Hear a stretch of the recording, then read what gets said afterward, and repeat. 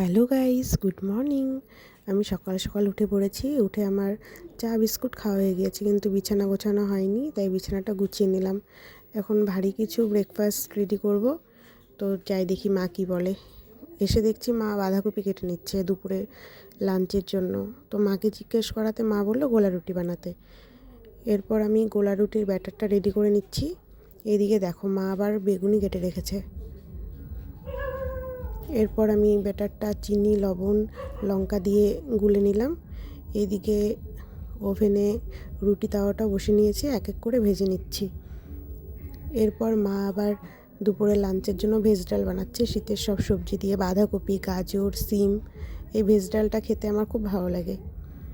আর তার পাশের চুল্লিতে মা বসিয়ে দিচ্ছে বাঁধাকপির ঘন্ট। সব বাঁধাকপির ঘন্টের জন্য মশলাগুলো আগে রেডি করে নিল, এরপর কেটে রাখা বাঁধাকপিগুলো দিয়ে দিল। সম্পূর্ণ বাঁধাকপি দিয়ে দিচ্ছে মা। এরপর বাঁধাকপিগুলো ভাজা ভাজা করতে হচ্ছে। আর দেখো এদিকে মা আবার ডাল সিদ্ধ হয়ে যাওয়াতে পাশের চুল্লিতে ডালটা সোমবার দিচ্ছিল, তাই আমি ভাবলাম মাকে একটু হেল্প করি, বাঁধাকপিগুলো নাড়িয়ে দিচ্ছিলাম। মা আবার একটু হলুদ দিয়ে দিল। আর ডাল সোমবার দিয়ে দিচ্ছে মা, সেটাতে হলো তেল, তারপর হলো পাঁচফোড়ন, শুকনো লঙ্কা এসব দিল।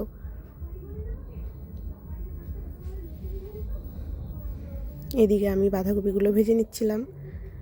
আর মা এরপর প্রেশার কুকার থেকে ডালগুলো বের করে কড়াইয়ে দিয়ে দিচ্ছে। আমাদের যেহেতু কড়াইটা ছোটো ছিল, তাই আবার মশলাটা রেডি করার পরে ওখানে দিল। এরপর আমি ফলগুলো কেটে নিচ্ছি এক এক করে, কমলা লেবু, আপেল। এরপর আমি স্নান করে চলে এসেছি, চ্যবনপ্রাশ খাচ্ছি। অনেক দিন ধরে কেনা ছিল চ্যবনপ্রাশটা, বাট খাওয়াই হচ্ছিল না, আজকে খেয়ে নিলাম। এরপর মা স্নান করে, আজকে যেহেতু শনিবার তাই তুলসীতলায় বাড়ির লুট দিয়ে নিচ্ছিল। এরপর আমরা সবাই খেতে বসে গিয়েছিলাম।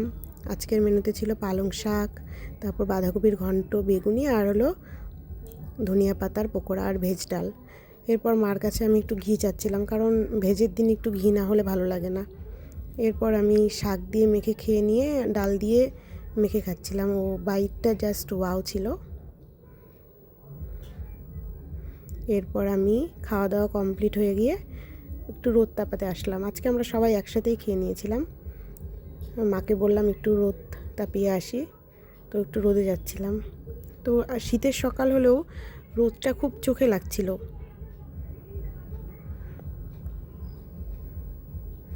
এই দেখো আকাশটা কি সুন্দর, চারপাশে নীল, কোনো মেঘ নেই। এরকম ওয়েদারে কি আর বাড়িতে থাকতে ভালো লাগে? মনে হয় কোথাও ঘুরতে যাই। যাই হোক, আমি তো বাড়িতেই আছি, তাই রোদটা পাই আর আকাশটা দেখি, নেচারটাকে ফিল করি।